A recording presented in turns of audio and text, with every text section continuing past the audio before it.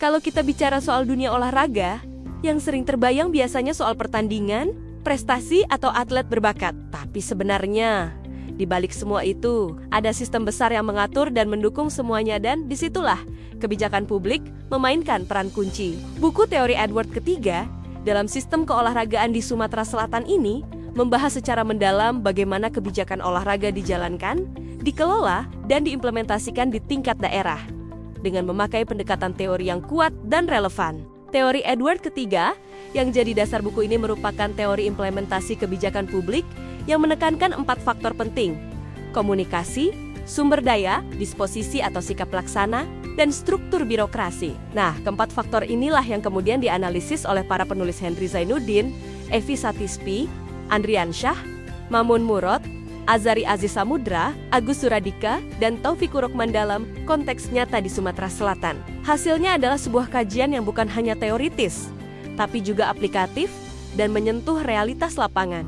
Buku ini menyajikan bahasan yang runtut dan lengkap, mulai dari konsep dasar sistem keolahragaan, bagaimana kebijakan nasional diimplementasikan, sampai evaluasi tata kelola yang terjadi di daerah. Di setiap bab, pembaca diajak memahami bagaimana kebijakan olahraga itu bukan sekadar wacana di atas kertas, tapi harus melewati proses komunikasi yang efektif, pendanaan yang cukup, SDM manusia yang kompeten, dan struktur kerja birokrasi yang jelas. Semua itu dijelaskan dengan bahasa yang terstruktur dan mudah dicerna. Yang menarik, buku ini nggak hanya membahas teori Edward Siga saja, tapi juga menyandingkannya dengan pendekatan lain dan praktik good governance. Jadi, kamu bisa melihat bagaimana kebijakan olahraga bisa diperkuat, dikoreksi, dan disempurnakan sesuai konteks lokal. Penulis juga memberikan evaluasi kritis terhadap berbagai kelemahan yang masih muncul dalam sistem keolahragaan daerah, termasuk tantangan dalam koordinasi antar lembaga, keterbatasan sumber daya, dan prosedur kerja yang kadang belum efektif.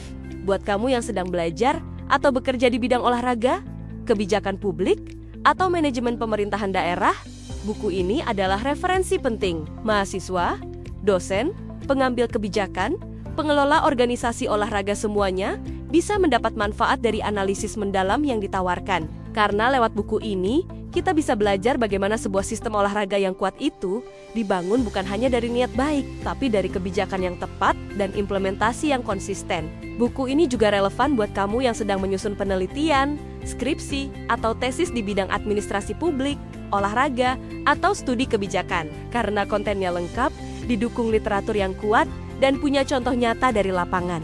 Dapatkan bukunya sekarang di www.inovasipublishing.id dan pahami lebih dalam bagaimana teori Edward III bisa jadi alat bantu dalam memperbaiki tata kelola keolahragaan di daerah. Inovasi Publishing, tempat karya jadi nyata.